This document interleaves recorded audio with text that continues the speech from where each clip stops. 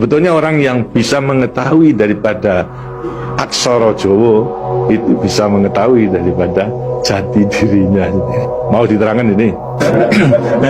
Dan itu namanya ilmu daripada nenek moyang kita itu kan dalam rangka menjabarkan mengenai Pancasila, Eka Prasida Pancakarsa. Sebetulnya falsafah daripada aksara Jawa itu.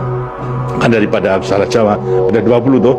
Hono Coroko, Doto Sawolo, Podo Joyono, Mogo Bodono. 20 itu betul-betul merupakan gambaran daripada nenek moyang kita untuk menjelaskan kepada kita mengenai sangkan parening dumati. Dari mana kita akan kemana daripada kita itu. Nah, kemudian akan bisa mengetahui dirinya sendiri selama hidup di dunia. Disebutkan Hono Coroko. Ho itu daripada Hono, Hono ada. No itu daripada apa? Dari wujud daripada Hono. Mulai daripada Gono Legeno. Gono itu belum wujud, belum berbentuk. Legeno itu masih belum ada sandangan, masih utuh. Itu belum ada taling tarungnya dan sebagainya, masih belum ada sandangan. Terus Hono. Jadi manusia itu memang dilahirkan, diciptakan oleh Tuhan mulai daripada Hono hurip. Huripnya siapa? Nur daripada Tuhan yang Maha Kuasa. Lantas diciptakan oleh manusia terdiri pada tanah, kemudian air, lantas hawa dan juga api. Apa itu? Ya daripada semua tumbuh-tumbuhan yang ada ini. Tumbuh-tumbuhan ini kan butuhkan dari tanah, butuhkan daripada air, butuhkan daripada matahari, itu pula daripada hawa. Daripada tanam-tanam dimakan daripada manusia, ada laki maupun perempuan, akhirnya menjadi cacat dari mani kemudian berkumpul suami istri, akhirnya wujudlah daripada embrio tadi. Embrio itu masih legeno, masih gono, itu mulai nonya itu.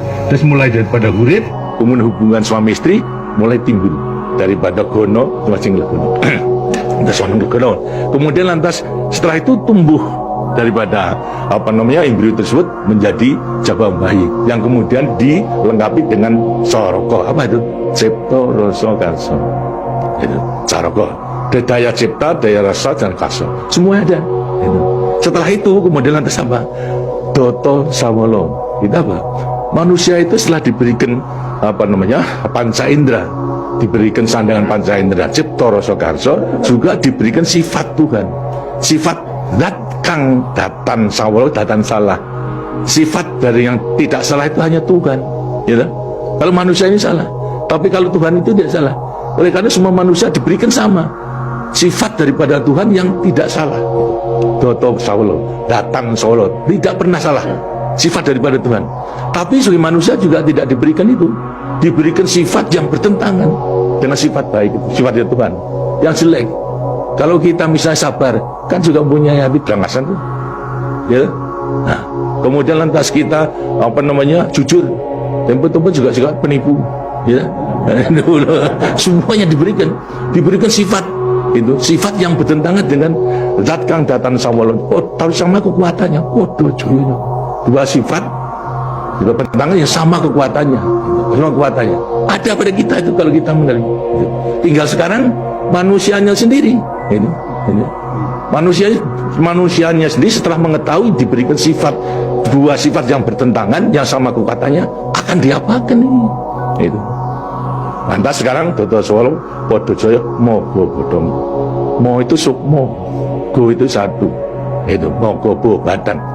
Jadi selama sukmo masih satu dengan badan, sukmo masih manunggal badan, manusia itu hidup. Selama itu masih ada, diuji dalam rangka dua sifat yang bertentangan tadi, yang Podo Joyo tadi. Itu. Tapi kalau kemudian lantas sukmo sudah pisah dengan badan, itu lantas apa? Badannya tinggal jadi apa? Badan. Nah, tinggal pertanyaannya, sukmonya mau kemana? Ya terserah kepada saudara-saudara semua. Mana-mana itu. Jadi semuanya tergantung pada dirinya. Semua diberi perlengkapan yang sama. Tuhan Maha Hadir, tapi tinggal kepada dirinya masing-masing dalam mengendalikan. Kalau mau yang diujar itu adalah memang yang bertentangan, yang jelek, bukan sifat Tuhan, ya tempatnya juga sudah ada. Di neraka, tidak bahagia di dunia dan di akhirat nanti. Tapi kalau yang kendalikan atau yang dilayani itu adalah sifat daripada Tuhan, ya dengan sini akan dekat kepada Tuhan. Karena Tuhan itu kan tidak mawujud, gitu, tidak bentuk, tapi sifatnya ada. Jadi kalau kita mau kembali dekat kepada Tuhan, ya membawa sifat yang baik itu, sifat Tuhan kepada Tuhan. Itu sebenarnya gampangnya daripada rahasia hidup itu sebetulnya hanya itu saja. Tapi tidak tergantung pada saya, tergantung pada saudara-saudara sendiri dalam rangka pengeterapannya itu, gitu. Makanya itu coba pelajari daripada semua ini, daripada untuk mengendalikan dua sifat yang bertentangan tadi itu dengan sendirinya, agar supaya betul-betul bisa menepati. Kemudian di samping itu juga Tuhan itu memberikan suatu takdir kepada sifat kodrati daripada manusia. Apa sifat kodrati manusia? Manusia dilahirkan sebagai individu, ya toh? Kita masing-masing individu. Tapi kehidupan kita sejak mulai daripada adanya janin sampai pada mati tergantung pada orang banyak. Jadi kemudian dalam hidup kita di dunia itu hanya memenangkan kepentingan pribadinya sendiri, dia kan tidak adil, tidak adil. Seharusnya memang menyadari bahwa sebagian besar daripada hidupnya tergantung kepada orang lain. Karena itu wajiblah sekarang mulai panggilan untuk dia bersama-sama dengan orang lain, sebab hidup di dunia itu adalah bisa serasi. Jadi karena itu lantas sekarang namanya sifat kodrati daripada sifat yang monodualistis itu. Satu tapi kembar tetapi satu, ialah sifat individu sama sebagai makhluk sosial. Nah, itu kuncinya daripada penghayatan, pengamalan daripada Pancasila. Itu sebagai peninggalan daripada ilmu, dari peninggalan yang kita yang namakan juga ilmu kasunyatan sama sangkan paraning dumadi. Itu sebetulnya ilmu kebatinan dalam arti bukan klenik. Kebatinan dalam arti mendekatkan diri kepada Tuhan, pada Tuhan. Tadi orang mengatakan itu klenik, itu bukan. Yang klenik itu yang salah melaksanakannya, itu yang klenik itu. Tapi sebetulnya intinya adalah memang demikian.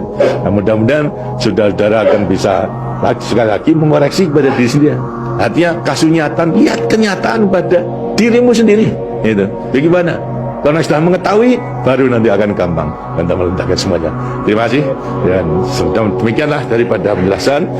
Karena itu setelah nanti selesai kembali ke tempatnya masing-masing, mudah-mudahan akan bisa melaksanakan tugasnya dengan sebaik-baiknya dalam kita melanjutkan pengabdian kita pada negara dan bangsa yang sedang membangun ini. Terima kasih. Wassalamualaikum warahmatullahi wabarakatuh.